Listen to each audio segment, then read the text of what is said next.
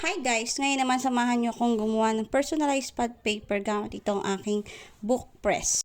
Ang una natin gagawin dyan, syempre ipiprint muna natin yung papel at saka yung cover. And then, gugupitin natin siya into A5 size.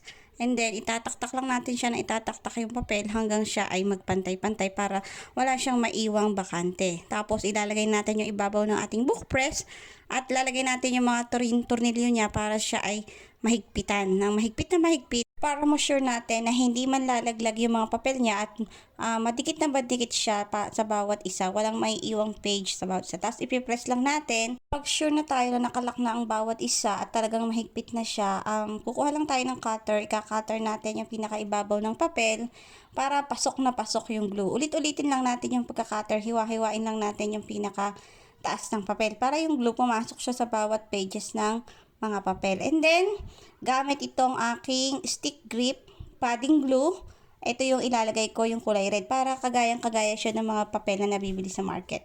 I-spread lang natin siya gamit yung brush. Kailangan i-assure natin na lahat ng parte ng papel ay malagyan natin ng brush para siya ay dumikit ng mabuti. Yan. Ulit-ulitin lang natin yung layer. After nating malagyan ng padding glue, ililib lang natin siya overnight and then kinabukasan, tanggalin lang ulit natin yung mga tornilyo ng ating book press. Ayan, at dahan-dahan nating iangat yung ating idinikit na pad paper.